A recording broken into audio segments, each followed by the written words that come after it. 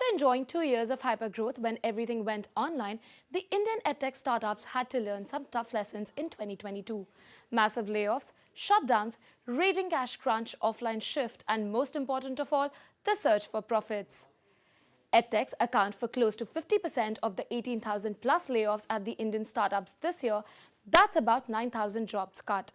Majority of the layoffs have come from the K-12 segment, from the most valued, most funded Byju's, Unacademy and Vedantu. In addition, players like Teachment, Eruditus, Practically and others have also cut jobs to cut costs. The edtech space also saw the most number of startup shutdowns this year, with Lido Learning, Trejo Fun, Uday, Super Learn shutting shop. But why are the edtech startups in deep trouble? Well, there are three major factors. Firstly, the funding winter. Edtech funding, which hit a record high of $4.7 billion in 2021, slumped to $2.43 billion this year. Only two startups in the space turned unicorn, that's Lead School and PhysicsWala. Secondly, profitability still remains elusive.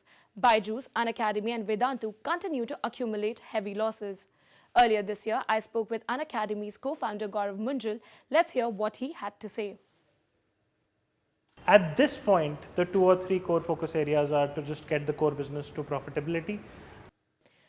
Well, you heard profitability is high on agenda. Edtechs are now talking about capital efficiency, cost cutting and capital runway. As it stands, PhysicsWala is the only profitable edtech unicorn. So how are investors reading this situation? Let's hear it from Rajan Anandan of Sequoia Capital India, which has backed Byju's and Unacademy.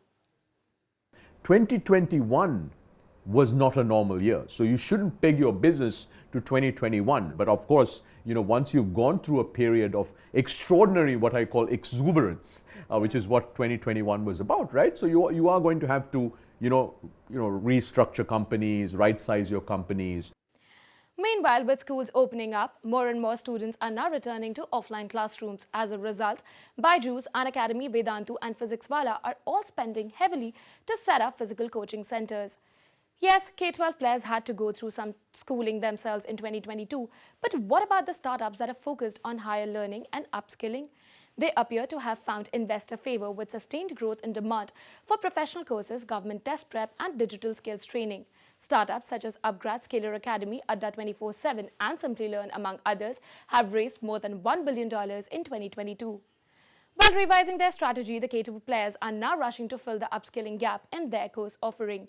In fact, Unacademy now wants to go a step further and take on LinkedIn by launching a professional networking platform called Next Level. Despite all this, Unacademy's Gaurav Munjal has warned that edtech startups will have to write tougher tests. The so-called edtech winter could get worse. With the funding crunch expected to last 12 to 18 months, it remains to be seen if edtech startups can pass the exam or face re-evaluation in 2023.